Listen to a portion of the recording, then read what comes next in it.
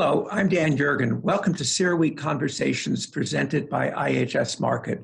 This gives us the opportunity to talk to leaders in energy, economics, public policy, and technology.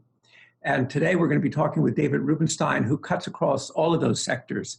He's the co-founder and co-executive chairman of the Carlyle Group. He's also the chairman of both the Kennedy Center and the Council on Foreign Relations. He just stepped down as head of the Smithsonian Institution. He's an educational leader. He's an author. And I have to add, he's become one of the nation's great interviewers. He used to have a show on Bloomberg called Peer to Peer, but they more appropriately renamed it the David Rubenstein Show. So David, welcome to our show. Looking forward to talking with you. Thank you very much, Dan, for inviting me. And for everybody who's watching, I knew Dan many years ago because as a young White House aide under Jimmy Carter, now 40 plus years ago, Dan came down after he had started the Harvard Energy Project to advise us on energy.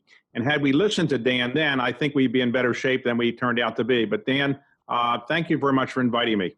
Well, it's a pleasure. So David, yes, I do remember that. That was a few energy crises ago. Where I thought I'd start is in 1987, when you co-founded the Carlyle Group. Had you ever heard the term private equity? Did it exist yet? It actually did not. In those days, there were buyout firms. The phrase private equity had not yet been invented. There were about 250 venture and buyout firms in the entire world then. Today, there are probably 8,000 to 9,000. So it was a different industry. And when I started Carlyle in 1987, I did it in Washington because that's where I happened to live.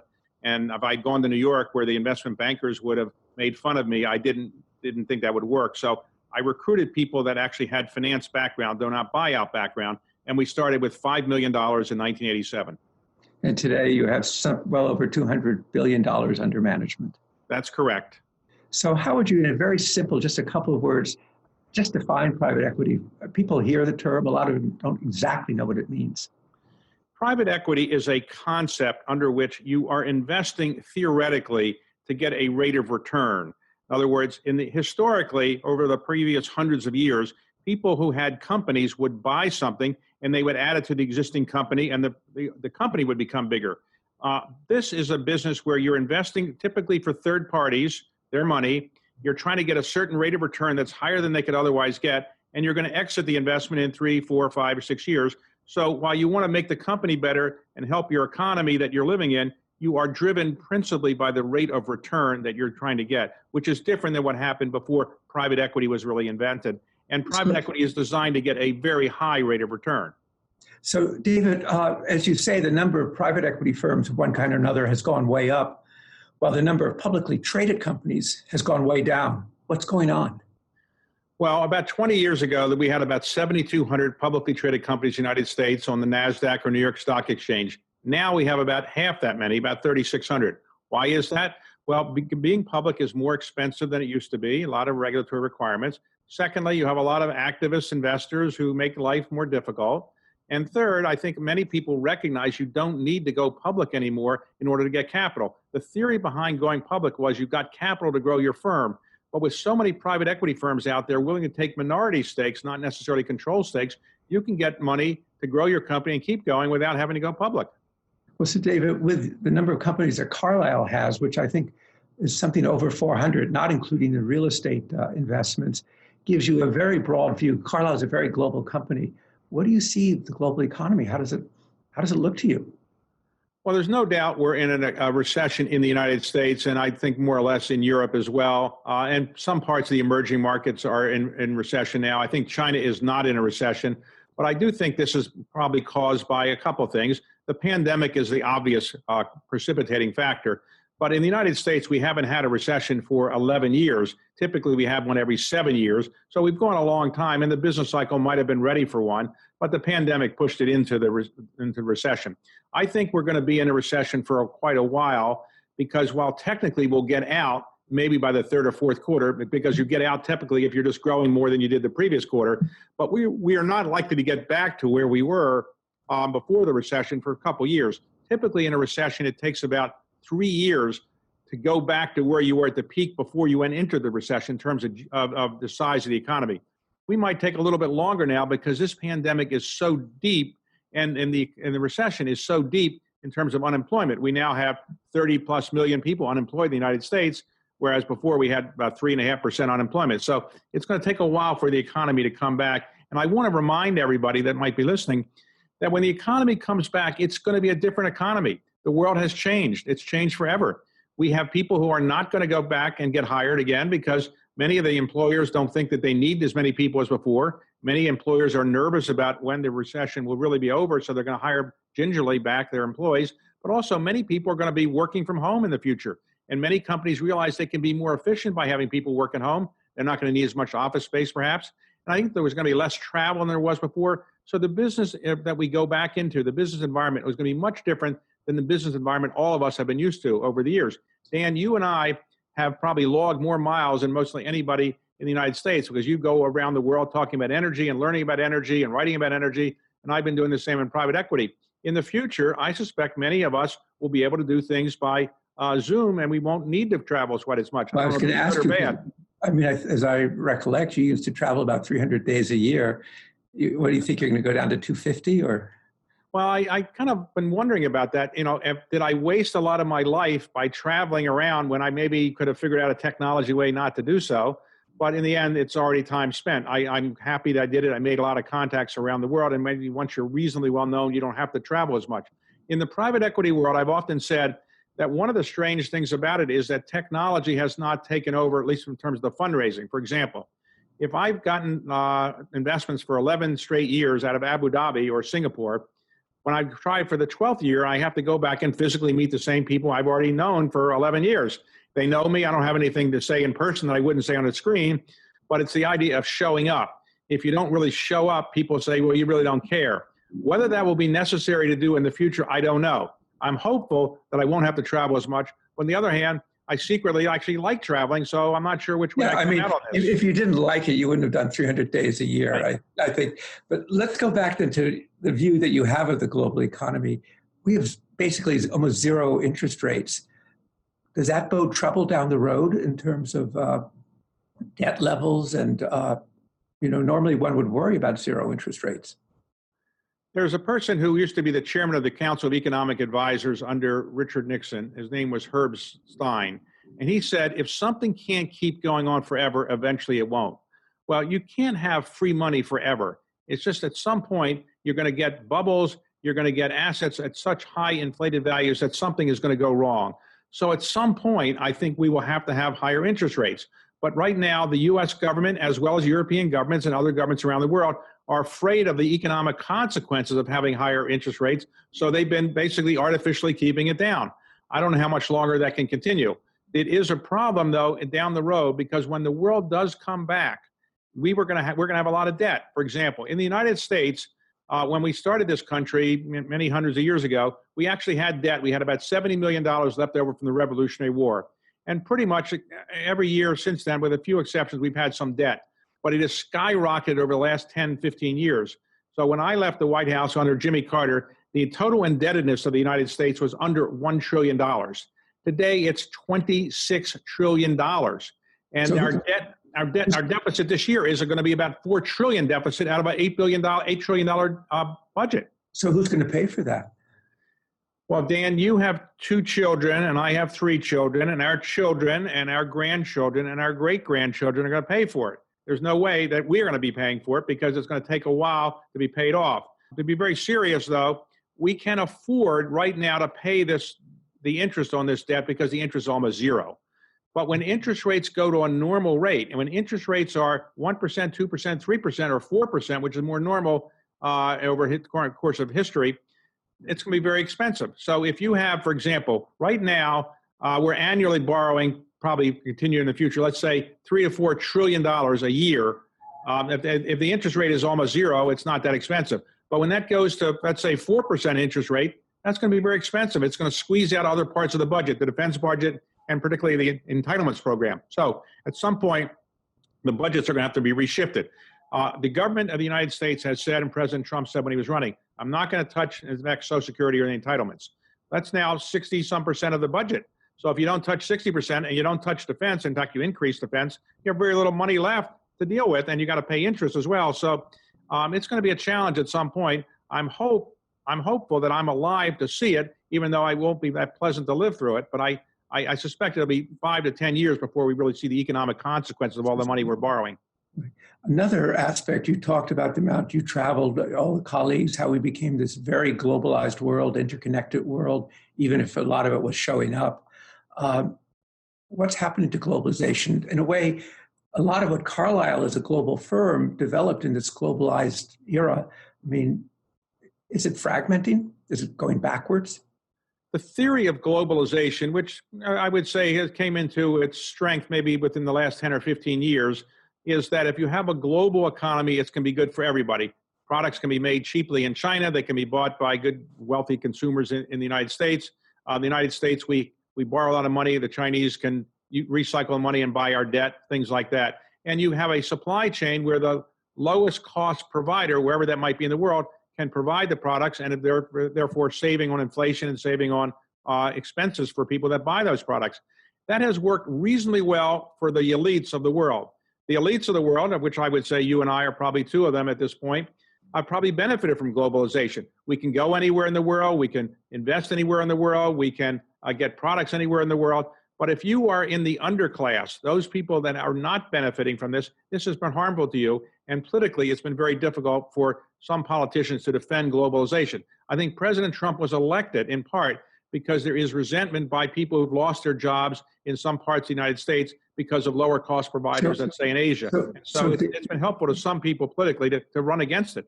But as a deglobalized world, are you going to have the same growth rates? Are you going to still lift many, many people out of poverty if globalization sort of breaks up?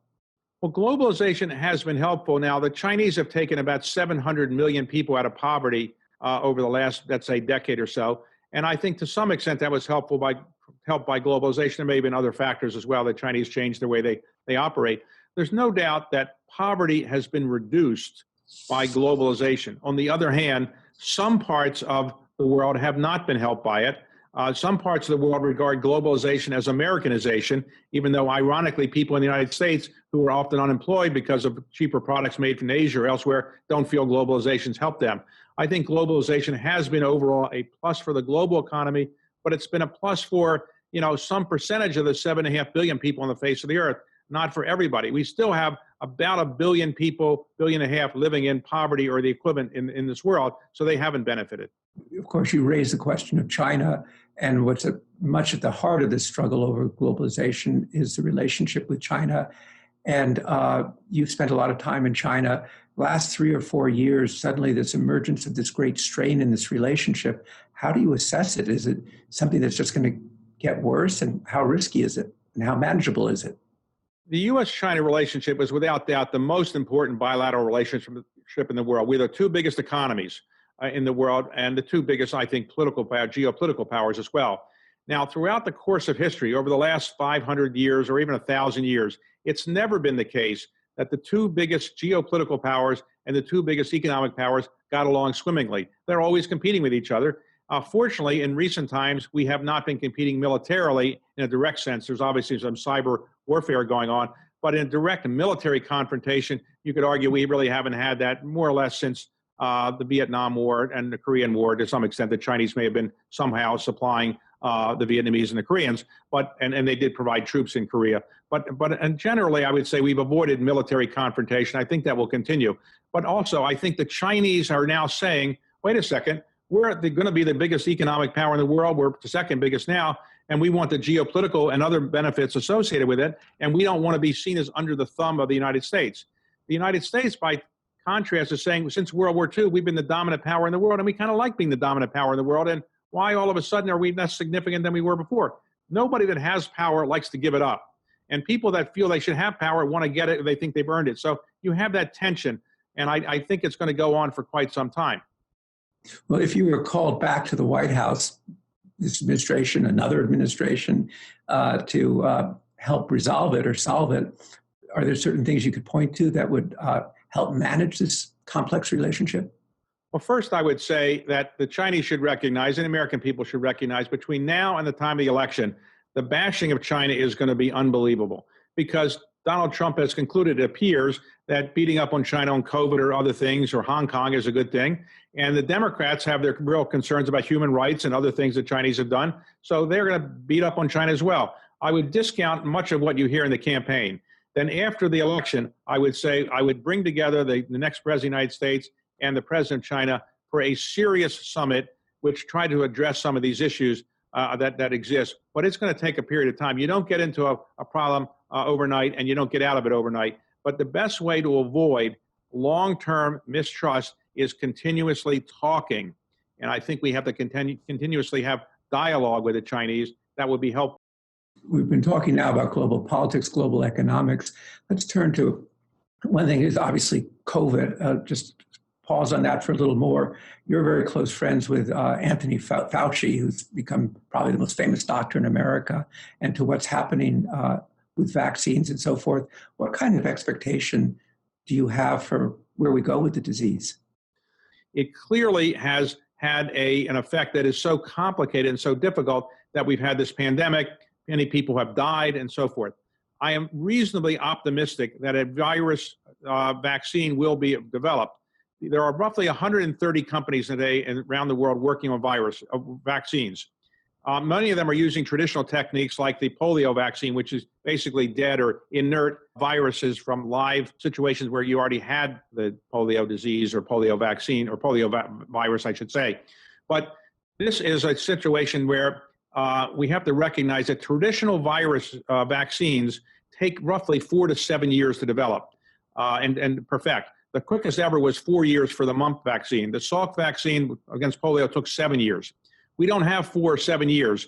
So the U.S. government has decided to accelerate this process by picking 5 companies out of the 130 that are doing this around the world and having them use a new technique that they've developed, the companies developed, which is essentially an artificial way of solving the problem, which is to say you have artificially created, let's say, what's called a messenger DNA, and you insert this messenger RNA, messenger RNA, you insert this synthetic material into the human body, and it hopefully will have the antibody reaction that you would get.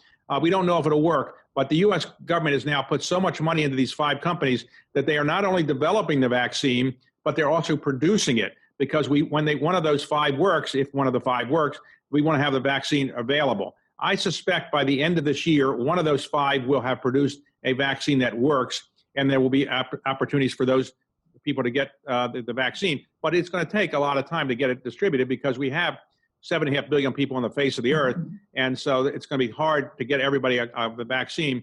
But I do think that we'll have 1 billion or so vials of this vaccine by the time we're ready to say which one works. And it could be more than one works. It could be 1 or 2 synthetic things work. So I'm optimistic. On the other hand, people should recognize 2 things. Viruses often change. They mutate. And it could be that this virus that we currently have, COVID-19, could mutate, and it could be COVID-20 or COVID-21. And so we have to get a new vaccine. Just like every year we have a flu vaccine that's different than the previous year because each of these flus are different than the previous one. And it's another factor people should recognize is that this is going to continue for some time. Because of the zoonotic impact of these animals, you have what an author, David Quammen, has called the spillover. Spillover means increasingly, because humans are interacting with animals more and more, we're likely to have more and more of these kinds of things. We have 7.5 billion people on the face of the earth, as I said, and we are doing more mining, more deforesting, more farming than ever, and we interact with animals. We also have wet markets in places like China or other parts of Asia where live animals are there, and sometimes, things escape from them, and so it's a problem, and this is not going to go away in our lifetime.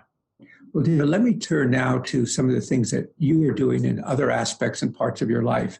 One is that you're very well-known philanthropist, but you do a lot of things in philanthropy. One of them is patriotic philanthropy. Can you explain what that is and what your objective is and how that's changing?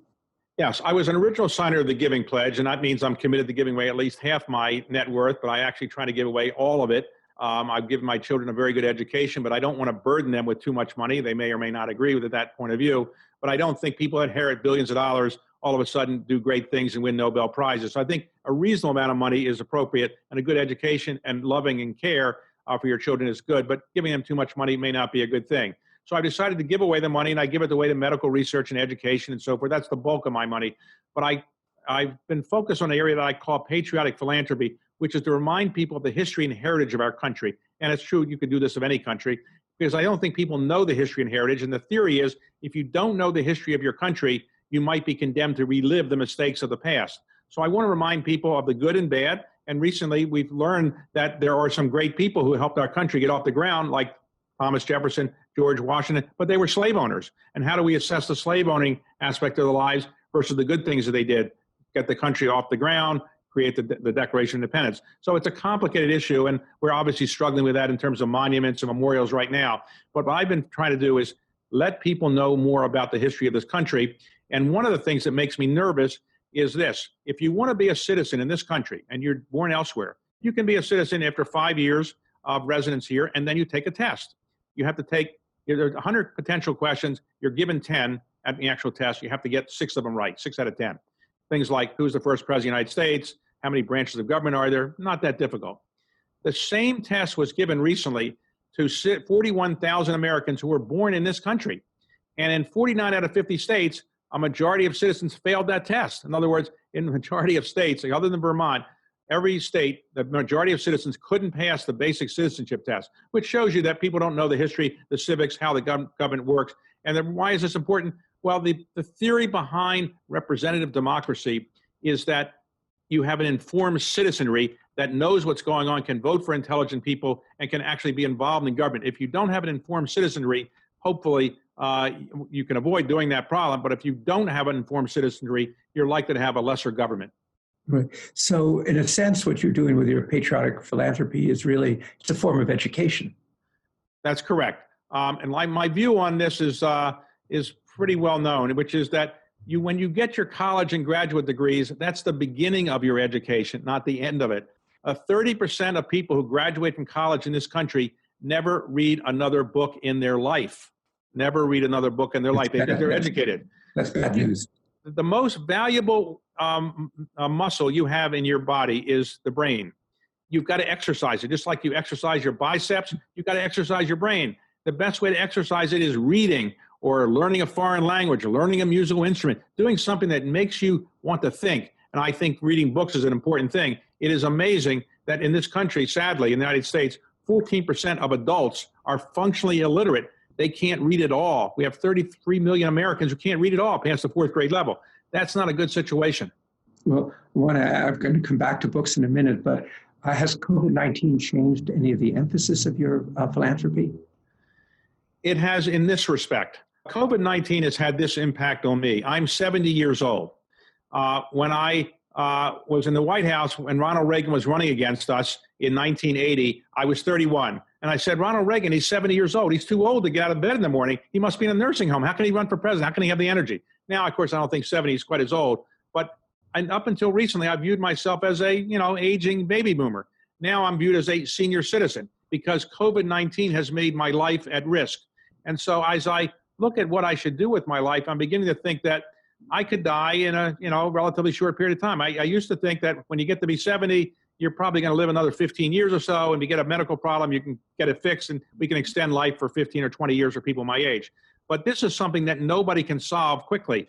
My age is such that if I get COVID-19, I could be on a ventilator, and my family will never get the chance to say goodbye to me. And therefore, it's a way that I view my mortality much differently than I did before. So I am now accelerating my bucket list and trying to get things done I wanted to do over the next 10 or 15 years, trying to get them done right away. And one of those is philanthropy, and I'm putting more money into food banks and poverty, homeless shelters, and discrimination kinds of things than I did before. So 2 other things I want to talk to you about. One is your new career, or not so new now, as an interviewer. And then I want to get back to the subject you just mentioned, books. But so David, you were a major figure in private equity, global economics, global politics and everything. Now you've become this America's favorite interviewer. How did this happen?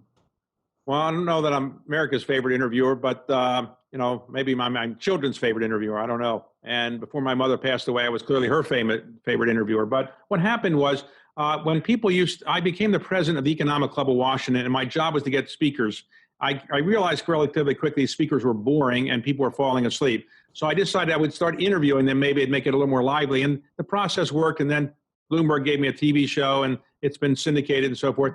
And I enjoy it. I guess maybe I've always liked to interview people and ask questions. And maybe I'm just doing what I've always been doing my whole life, try to find out information, learn more. And so it's been fun for me. I have a technique of doing it. It seems to work. And I've been surprised how many people think it's good. And so I have to keep in private equity, though, because as I remind people, there's no carried interest in interviewing. Right. All my interviewing is really done pro bono, or any money I might get, I give it to a charity. So I have to keep private equity alive, life alive as well. But I enjoy it, and it's. I can ask you. You clearly enjoy it. You must. Yes, enjoy it. And I think I've heard you say that. You go to places now and nobody knows that you're this guy in private equity, but you're this celebrity now because you're on TV. It is surprising. I spent 30 years in private equity, and I go to private equity conferences. People knew who I was, and maybe in some parts of the investment world or business world. But now I can be walking on the street down in Beijing or in Abu Dhabi, and people come up to me and they say, "Oh, aren't you the famous interviewer? And we see you on social media all the time." And I'm shocked. They have no clue that I'm in a private equity world. They just think I'm an interviewer. So it is surprising, but it shows you the power of social media, because I'm surprised that so many people see it. And of course, it's also, in a sense, you're a teacher there, because it's extraordinary the range of people you've had on your show and what you brought out in those discussions, both conceptually, but also in terms of the humanities side of it. The other activity that you've taken up, you mentioned books before, is as an author, and you have one book that's out called The American Story, another called How to Lead. First, The American Story. What's the story of the American story? I wanted to educate members of Congress about history, because I thought it'd be nice, since they're making the laws, they should know more about American history. So as a way of doing it, I said, I'll host a dinner at the Library of Congress once a month. Only members of Congress can come. They have to sit with people from the opposite party in the opposite house. And I get a great historian like Doris Kearns Goodwin or Ron Chernow or David McCullough. And they're interested in hearing this. I give them a nice dinner, and I have an interview that I think is interesting. And so I took the best of those interviews, put them in a book called The American Story, and people could see the transcript, edited a little bit. And people seem to like it because it sold reasonably well, and people like to actually hear from the historians themselves. And I have an audio tape, the audio book, where you can actually listen to them do the interview. It's not a third party just doing it. Terrible thing. The hardest thing for writing a book, I find, is writing the introduction and conclusion. Is there a conclusion to the American story? Well, the conclusion is that we had a lot of great people help put this country together, but they all had their flaws, and it's important to really know these flaws. So when I was a little boy, I would say George Washington was great. How could he not be great? He started the country. But when you get to read more about him, you realize, well, he had great features. He had challenges too, like everybody. It is said that nobody is a hero to their valet. Well, when you get up close and see any great person, you see their flaws, but I think it's good to know the good and the bad. The other book that I have coming out in September, which is coming out, fortunately, 2 weeks before your book is coming out. So I know I have to sell every book I'm going to sell before your book comes out, because when your book comes out, nobody's going to buy my book. I'll mention your book on every book tour I do, Dave. Okay. This book is How to Lead. And basically, it's my Bloomberg interviews where I have the great leaders of our world and that I've interviewed. So Jeff Bezos, Bill Gates, Warren Buffett, Colin Powell, David Petraeus, Jim Baker, people like that. Are there some common themes that you conclude about leadership, that whether you're a private sector or a public sector? Yes. One, you have to have some luck. Two, hard work works more than luck. So you have to work hard. Three, you have to know what you want to do and take yourself somewhere and take your followers there. You have to want to be a leader. You have to be not afraid of failing. You have to focus on one skill, so you really have one skill perfected. You have to learn how to communicate, learn how to talk orally well, or write well, or lead by example. You have to have integrity. The best leaders have integrity. Obviously, some people are not honest, get to be in senior positions, but that's not as good. And then I think humility helps. Some leaders can become very famous, but they're arrogant. But I think the best leaders are people that have some humility to them. And I think in the end, you have to want to give back to society. You're not doing this only to make yourself famous or rich, but you're doing this because you want to do something more significant with your life than just, making money. What about the ability to kind of connect with people or communicate with people? Does that come through? Yes. If you want to really be a leader, you have to know how to communicate with people. All of life is trying to persuade people to do what you want, because nobody can do anything by themselves. Even Einstein's had to convince people that E equals mc squared. He had to be persuasive. So you have to figure out how to communicate, and there are three ways to do it. So I mentioned, one, you learn how to write well in a convincing way. Two, you learn how to communicate well. So you can be a great writer like Ernest Hemingway, and be very influential, or you could be a great communicator like John Kennedy or Martin Luther King. But the most effective way is to lead by example. When George Washington was with the troops in Valley Forge in 1777, he could have stayed at a Ritz-Carlton or a Hyatt down the street perhaps, but he said, no, I'm going to stay with my troops to show I am really one of them. And that's a very effective way. Leading by example is the most effective way to get things done. So you and your colleagues built Carlyle from nothing into a great global firm. I mean, did you know all these leadership things, or what have you learned about leadership just in your own personal experience? Well, I've learned that I wasn't a great leader. I've gotten a little bit better, but my theory, which I describe in my book, is this. You divide life into three parts: the first third, the second third, and the third third. In the first third, you often have people who are Rhodes Scholars, White House Fellows, Supreme Court clerks, student body presidents, big men on campus in terms of athletic skills. I wasn't any of them. And so my theory is that those people in the first third often don't make it to the second and third third as leaders. The leaders in the second and third third are people that say, well, I'm not good in the first third, but I can keep working hard, and like the tortoise and hare, I'll get there. And by the second third, you get to be better. And by the third third, you get the benefits of it. So I try to tell people all the time, if you're not a superstar when you're in your first third, no problem. You can work out and keep working hard. You'll get there. If you are a superstar, you realize that you might be thinking you can coast the rest of your life. And if you coast the rest of your life, you're going to be working for people who are not the stars in the first third, but people you now are going to have to work for because they worked harder than you did in the second and third third. Well, David, you've been a great leader in the global economy, in our national life, in the international community, in education and philanthropy. And so you've really demonstrated leadership across the spectrum. And we thank you very much for joining us for this exceptional conversation today. Thank you, David. My pleasure, Dan, and thank you for being the leader you are. I've been talking with David Rubenstein, who's the co-executive chairman of Carlyle and a man of many other parts. Thank you for joining us on this CERAWeek conversation brought to you by IHS Markit.